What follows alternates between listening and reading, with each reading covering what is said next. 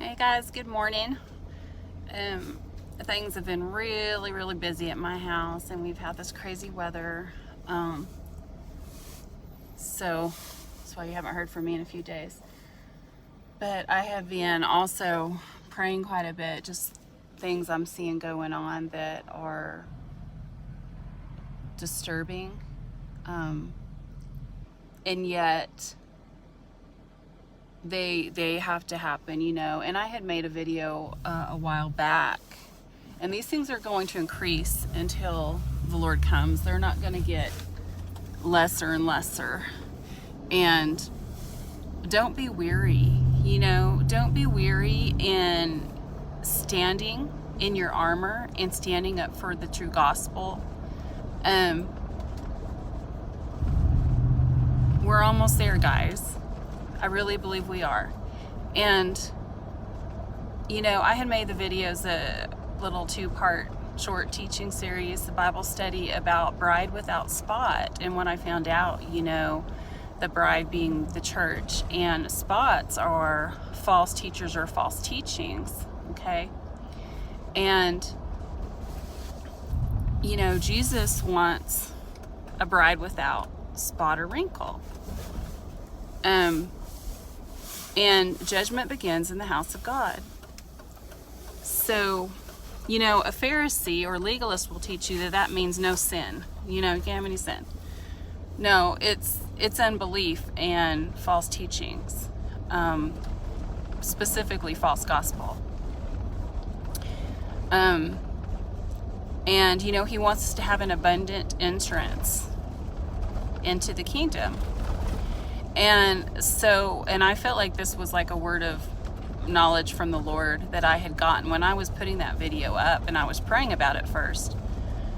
I heard in my spirit, that the Lord is shaking things up like the agitation cycle on a washing machine to bring to the surface and loosen these spots, okay?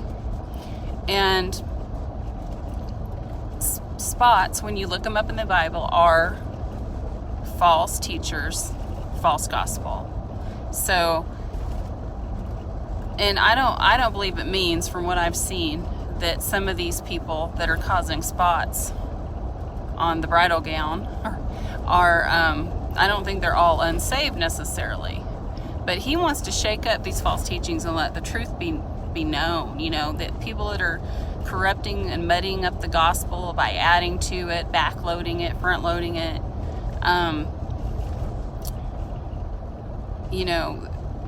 people's hearts are being exposed for what they truly believe. And it's not just happening on YouTube, it's happening everywhere. And I'm going to link Miss Kiara's video, Mrs. Mustard Seed, one that she did about snakes in the grass, because we have been, many of us have been warned for a long time from the Lord that this was going to happen, way before it even really started happening, that this was something that was going to happen. And it's going to be kind of hard and painful to see, to watch, and you might be surprised at what some people come out and say that you thought, people you thought you could trust or that were strong in the gospel, people in your life personally. There's just a lot of warfare going on, guys, a lot of spiritual warfare, but it's for the purpose of shaking things up. And God uses this all for good. Again, I just think about Peter when Jesus says that, Satan is asked to sift you like wheat. But, he prayed for him, and he was strengthened, and he came out better on the other side. And God uses, causes all things to work for good for those that love him, that are called according to his purpose. And we can rest assured in that whatever trials we face or things we see that shock us, that God's in control, and he's not surprised by any of it, not one bit. And there's stuff going on I've been seeing, I have a keen eye for, and things I'm aware of that I've heard about behind the scenes on YouTube with big channels that many people consider to be solid in grace in the gospel. And I think we're going to be surprised. Stay in the Word, keep your discernment sharp.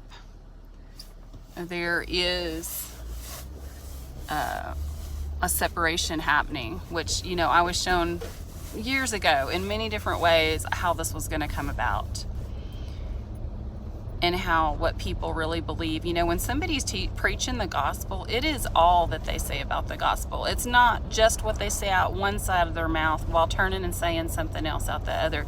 You can't take one part. It's everything everybody teaches over the course of time concerning the gospel. That is their gospel message, okay? So if there's any buts or addendums on there, you need to pay attention to that. There's someone with a very large channel that I heard say, and this person is agreeing and backing up Lisa Boyce and saying that there's no gay Christians. And I happen to know something else that is going on behind the scenes there, where he is trying to imply that someone that has the testimony of Christ, the profession of faith in Jesus Christ according to the gospel, according to the scriptures,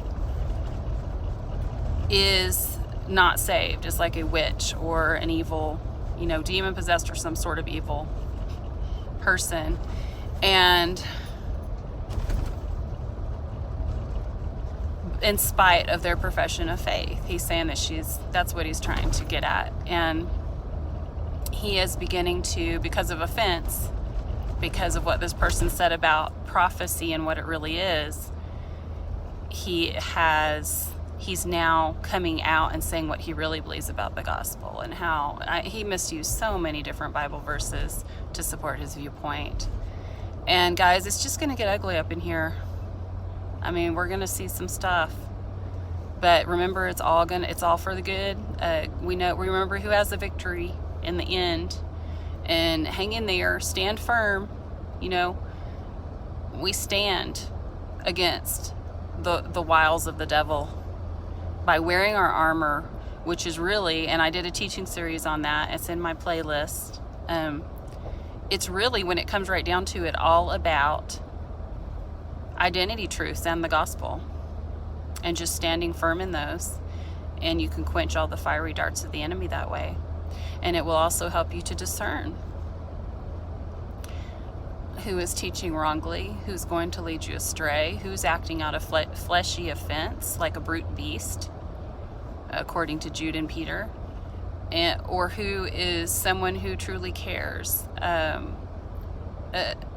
about the sheep and about the gospel and won't compromise the gospel for their own good. Is it about them, or is it about Jesus?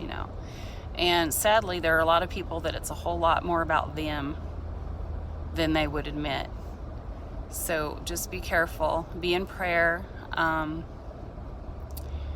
lift up our brothers and sisters, be praying for you guys. And I just wanted to put this out there, guys, because I want you guys to be prepared. And please lift us up, those of us that are standing firm in spite of what anybody thinks, that we don't, get discouraged or beat down, and give up on that. Even if we have smaller channels, we need to speak up. And you guys, that subscribers and in the comment section, you mean so much more than you know. And you have your own ministry, essentially, in the comments that you leave and in the prayers that you give.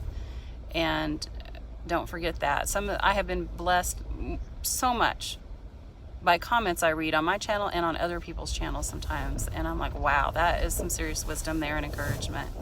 All right, I love you guys. Bye-bye.